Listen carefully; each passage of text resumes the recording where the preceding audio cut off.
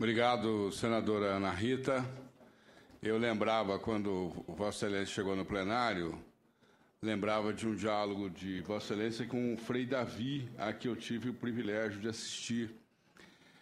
E Vossa Excelência manifestava preocupação com um projeto que se tornou depois a Lei de Cotas. Esse projeto estava parado aqui no Senado. E Vossa Excelência dizia ao Frei Davi que, se a Educafro não pressionasse o Congresso, o projeto não seria aprovado.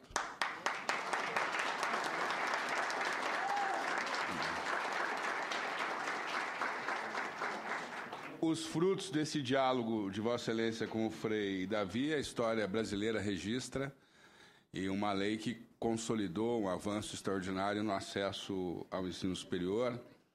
Tenho sido testemunha do seu compromisso ético, pessoal com o tema, e não apenas declarações solenes.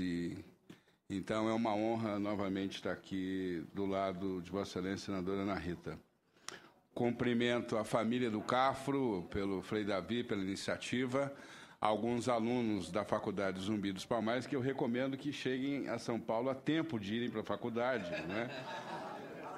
Para eu não ter que dar falta à noite na faculdade, né? É uma alegria vê-los aqui. Cumprimento o professor Augusto Werneck, Sua Excelência Procurador do Estado, Sua Excelência Dr. Rui Portanova, desembargador do Tribunal de Justiça do Rio de Janeiro, e um parceiro de longa data. Quando esse tema das ações afirmativas ainda não havia virado moda, o desembargador Rui Portanova, ainda juiz de primeira instância no Rio Grande do Sul, era um aliado histórico. Eu também me sinto muito honrado com a presença de Vossa Excelência aqui, desembargador. Cumprimento a ministra Luísa Barros, na pessoa do professor Luiz Barcelos, Frei Davi, a defensora pública Carla Beatriz Nunes Maia. São duas palavras. O senador Paulo Paim teve aqui também uma figura com uma folha de serviço prestadas ao país, uma folha de... Só uma questão, doutor Edio. O senador Paulo Paim teve que se ausentar porque ele é relator de duas matérias. Sim. Em outra comissão, e ele está lá relatando. Assim que ele concluir, e voltará aqui. Viu? Obrigado. São duas palavras muito breves, porque os dados, se as políticas de ação afirmativa não tivessem dado certo no Brasil, não precisamos ter dúvida em relação a uma coisa. Pode ser que não tenha a devida fiscalização no Brasil sobre concursos públicos. Por exemplo, concurso público para defensor, concurso público para magistratura, concurso público para Ministério Público. Nós todos acreditamos na idoneidade na lisura dos concursos. Mas pode ser que hajam problemas nos concursos aqui ou ali. Se tem algo que é fiscalizado no Brasil, rigorosamente fiscalizado no Brasil, são as políticas de ação afirmativa. Então, o fato da mídia não falar sobre as políticas de ação afirmativa, certos setores da mídia, é a maior demonstração de que elas estão dando certo. Porque quando surge algum dado aqui e ali, me lembro bem recentemente de uma manchete, alguém constatou que entre os cotistas de uma determinada instituição, senadora, 10% dos alunos não estavam indo bem. Aí alguém disse, está vendo? Os cotistas já não estão. Quer dizer, se exige a velha exigência de que preto e pobre tem que ter uma competência superior. Porque qual o nível de evasão no ensino superior no Brasil? Werneck, qual o nível de evasão? Possivelmente 40% seja o nível de evasão. 10% significa que 90% está indo bem. Mas essa dimensão ninguém destaca. Mas, enfim, eu não tenho nenhuma dúvida de que está indo bem. Então, me interessaria aqui assinalar duas palavras breves sobre a questão do acesso ao serviço público. Porque eu penso que essa é a agenda. A agenda é essa. Quer dizer, quando a nossa secretária aqui da CEPIR relata que em 2 anos, nós estamos tendo política de ação afirmativa, Portanova, há 12 anos, não é isso? Desde a experiência do Rio de Janeiro. Werneck, é 2001, não é isso? Rio de Janeiro. Nós estamos 12 anos. Se em 2 anos, de 2009 a 2011, 40 mil jovens ingressaram na educação superior no Brasil, vamos multiplicar isso por 12 anos para ver qual é o número sem falar do ProUni. Qual é o número de jovens que estão tendo acesso à educação superior no Brasil? E eu leciono numa instituição, que é a Faculdade Zumbi dos Palmares, com muito orgulho, com muita honra, que é bem o exemplo de que o problema é oportunidade. Eu tenho, Rui, na Zumbi dos Palmares, alunos com talento e competência para qualquer carreira pública que eu não tive em nenhuma universidade de elite que eu já havia lecionado antes. Então, o problema é oportunidade. Quais duas palavras... Então, esses jovens que estão ingressando no ensino superior, agora a questão é o trabalho. É o mercado de trabalho. E sobre isso eu gostaria de destacar dois aspectos que me parecem importantes. Primeiro, há um segmento da mídia que quer restringir a decisão do Supremo Tribunal Federal à aprovação de cotas no acesso ao ensino superior. Porque, como o voto do ministro Lewandowski tem 40 páginas, e às vezes as pessoas têm dificuldade com a leitura, 40 páginas, mas é um voto muito longo, tem gente que começa a ler, dá dor de cabeça, sai fumaça do ouvido esquerdo e tal. Então, eu destaquei um trecho aqui do voto do Sua Excelência, o relator, sobre acesso a serviço público. Disse o eminente relator Ricardo Lewandowski, no voto no julgamento da DPF 186, que eu sempre sempre devo agradecer ao Frei Davi, porque foi a família do CAF que me permitiu sustentar da tribuna do Supremo as cotas, e tenho muito orgulho nesses anos de advocacia. Não tive um julgamento mais importante do que aquele, e fico muito honrado. Disse Sua Excelência o relator da DPF 186.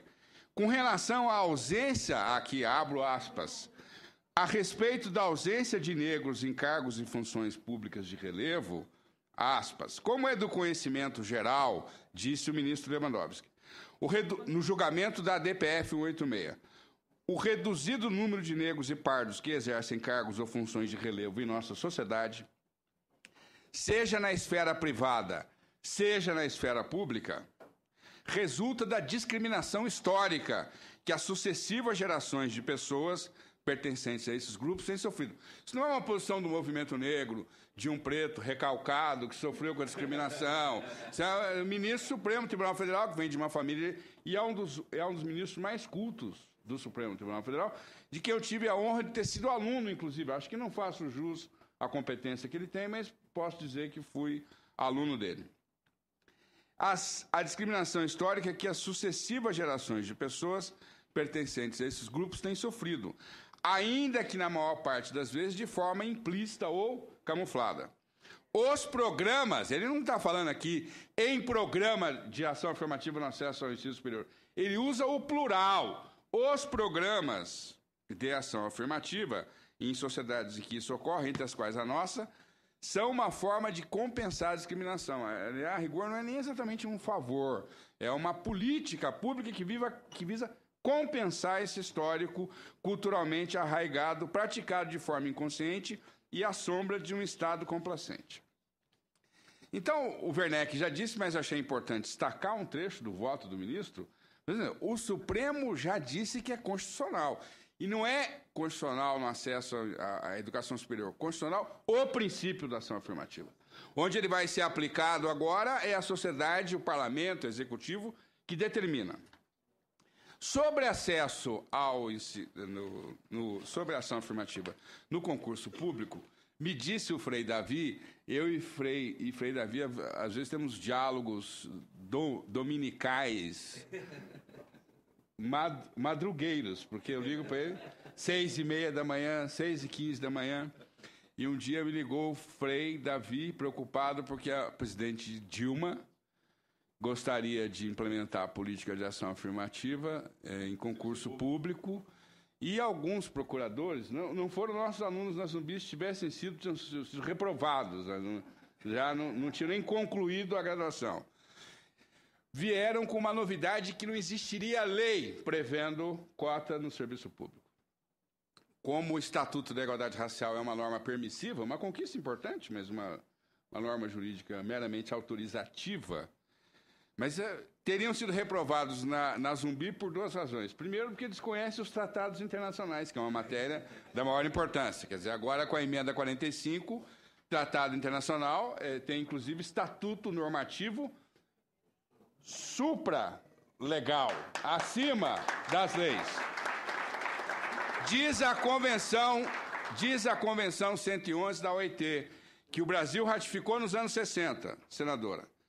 Convenção, artigo 5º. As medidas especiais de proteção ou de assistência previstas em convenções adotadas no ano não serão consideradas discriminação negativa. Não serão. O Estado signatário, senador Paulo Paim, estamos falando aqui da Convenção 111, que Vossa Excelência conhece desde o início dos anos 90, quando o movimento negro assumiu a defesa da Convenção 111, seja como instrumento de denúncia perante as Nações Unidas do racismo no Brasil, seja como instrumento jurídico. A Convenção 111, eu dizia exatamente que o Estatuto da Igualdade Racial representou um avanço normativo extraordinário, mas ele tem caráter meramente autorizativo, permissivo. E um procurador, disse o Frei Davi, do Ministério do Planejamento, alguns procuradores, que eu estava dizendo que se tivessem sido nossos alunos, não teriam terminado a graduação, muito menos passado em concurso público, teriam dito à presidente Dilma, interessada em implementar a política de ação afirmativa no serviço público, que não existiria lei que autorize ou que determine a obrigação do Estado, e eu falava exatamente disso. Diz a Convenção 111, as medidas especiais de proteção não serão consideradas discriminação injusta. Convenção 111. O que significa para a Convenção 111 igualdade no trabalho? Significa acesso aos meios de formação e orientação profissional. Porque às vezes não é só o concurso, acesso aos meios de orientação e formação. Portanto, a política pública começa antes do concurso para uma vaga determinada. Acesso ao emprego e às diferentes profissões. Condições de trabalho, que inclui mobilidade ocupacional. Porque algum maldoso pode propor cota de 50% para negro nos institutos médico-legais, por exemplo, no IML, que a gente já sabe que lá tem bastante negro ali. Então não é só acesso, é acesso nas diferentes ocupações, especialmente nos cargos de maior prestígio e maior remuneração. É isso que interessa. No judiciário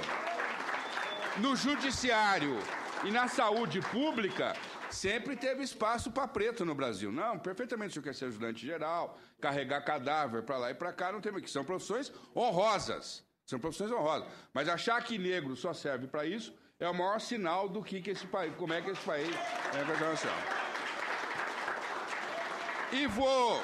E vou finalizar dizendo aqui, ainda da Convenção 111, uma obrigação do Brasil na condição de signatário da Convenção 111. É obrigação do Brasil aplicar a política de promoção da igualdade racial prioritariamente em favor dos trabalhadores do serviço público. Então, lendo aqui o regimento interno da Casa, já finalizando, que eu pretendo, enfim, abrilhantar ainda mais o seminário, concluindo a minha fala o quanto antes e me ausentando, tenho certeza que a audiência vai ganhar em qualidade, mas lendo aqui o regimento interno do Senado, me ocorreu o artigo 214 que fala do requerimento. Como os procuradores do Ministério da Fazenda estão em dúvida, o que será que o Supremo votou, ou não é, enfim, a Convenção 111, talvez esta comissão pudesse aprovar um requerimento. E eu tenho certeza que com o talento e o brilhantismo do Werneck, do Portanova, da doutora Carla, dos outros advogados e juristas que nós temos, o Senado poderia fazer uma indicação à Presidente da República, dizendo que ela só precisa de um decreto, Werneck, para regulamentar a Convenção 111, porque a lei já está aí, falta a regulamentação. O Senado não precisa aprovar, a meu juízo, não precisa aprovar uma lei sobre isso. Como parece que os procuradores que ela tem consultado têm tido dificuldade, a gente não tem nenhum problema em fazer um texto, né, um parecer, certamente não muito longo, para a turma não ficar novamente com preguiça de ler, e a Presidenta da República implantar cota no serviço público no Brasil quanto antes. Muito obrigado. Deus.